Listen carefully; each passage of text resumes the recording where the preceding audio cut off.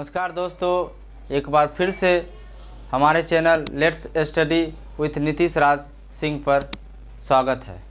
दोस्तों, पिछली कक्षा में ब्लड के बारे में पढ़े थे कि ब्लड क्या है और ब्लड वेसल्स क्या है, उसके टाइप पढ़े थे। लेकिन आज जो है उस टाइप का डिटेल से पढ़ेंगे और कुछ इम्पोर्टेंट फैक्ट्स जानेंगे कि क्या है। ठीक है दोस्तों, चलते हैं शुरू से, फिर आरबीसी के बारे में पढ़ते हैं। आरबीसी को इरिथ्रोसाइट्स भी बोला जाता है। साइंटिफिक नेम इरिथ्रोसाइट्स भी बोला जाता है। ठीक है दोस्तों, आरबीसी की बात करें तो इसका डेंसिटी जो होता है वाटर के डेंसिटी से ज़्यादा होता है। क्यों होता है? क्योंकि जल जो होता है, जिसको हम जल जो बोलते हैं, वाटर यानी जल, खून से पतला होता है और खून थोड़ा मोटा होता है, इसीलिए इसका घनत्व अधिक होता है। ठीक है, अब आइए फॉर्मेशन ऑफ आरबीसी। आरबीसी कहाँ बनता है? आरबीसी बोन मैरो में बनता है, जिसको हम हिंदी में अस्थि मज्जा कहते हैं। क्या कहते हैं? अस्थि मज्जा कहते हैं। आरबीसी का जो ब्लड है वो कितना रहता है? 4.5 से 5.5 मिलियन आरबीसी पर मिलीमीटर क्यूब ऑफ ब्लड होता है। आरबीसी में लोहा की, अगर आयरन की मात्रा की बात किया जाए तो फेरस फॉर्म में होता है। इसको हम F2+ के फॉर्म में रहता है, यानी फेरस। अगर 12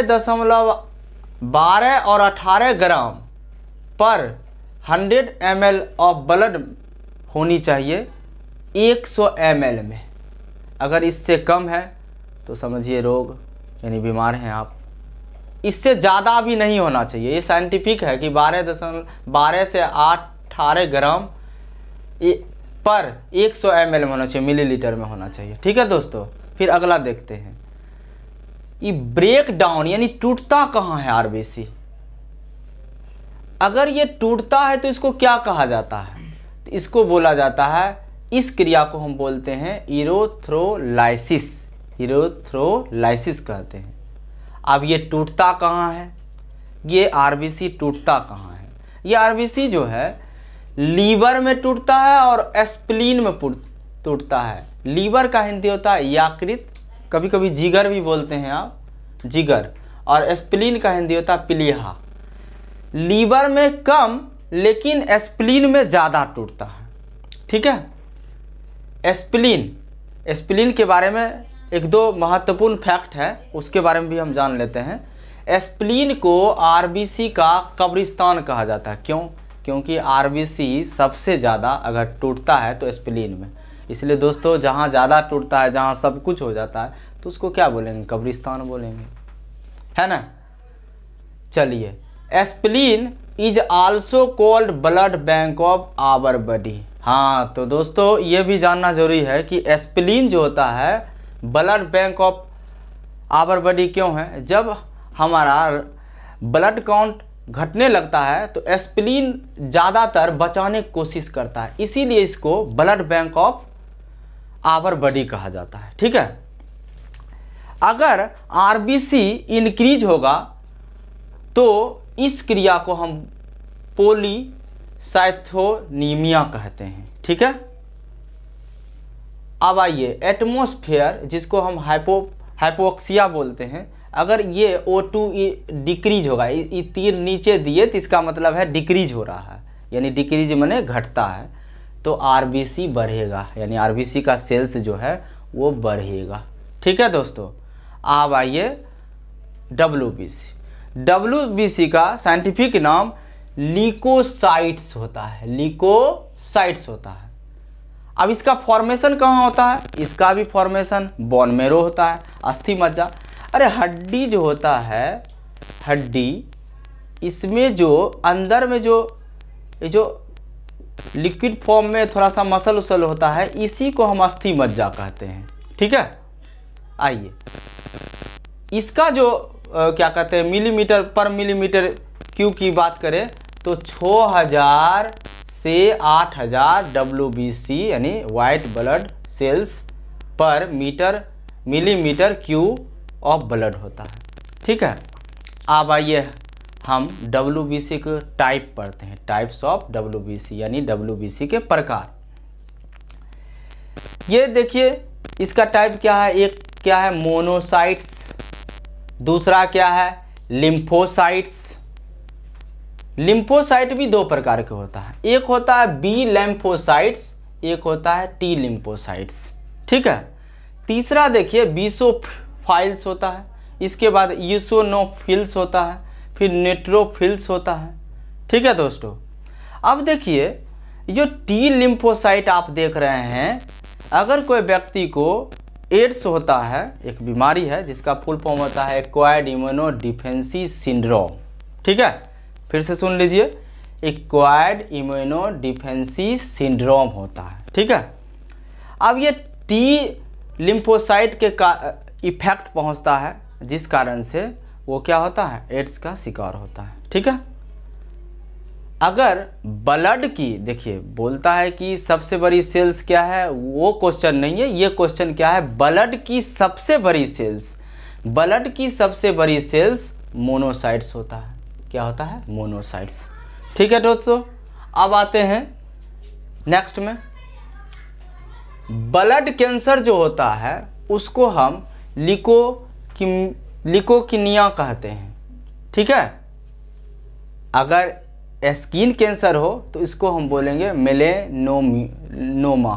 मेलेनोमा कहते हैं, ठीक है। अब देखो कैंसर का जो स्टडी करता है उसको हम क्या बोलते हैं, the study of cancer oncology. अब आइए प्लेटलेट्स, यानी हम आरबीसी पढ़ लिए, WBC पढ़ लिए, अब हम आते हैं प्लेटलेट्स। प्लेटलेट्स का भी साइंटिफिक नेम है थर्मोसाइट्स।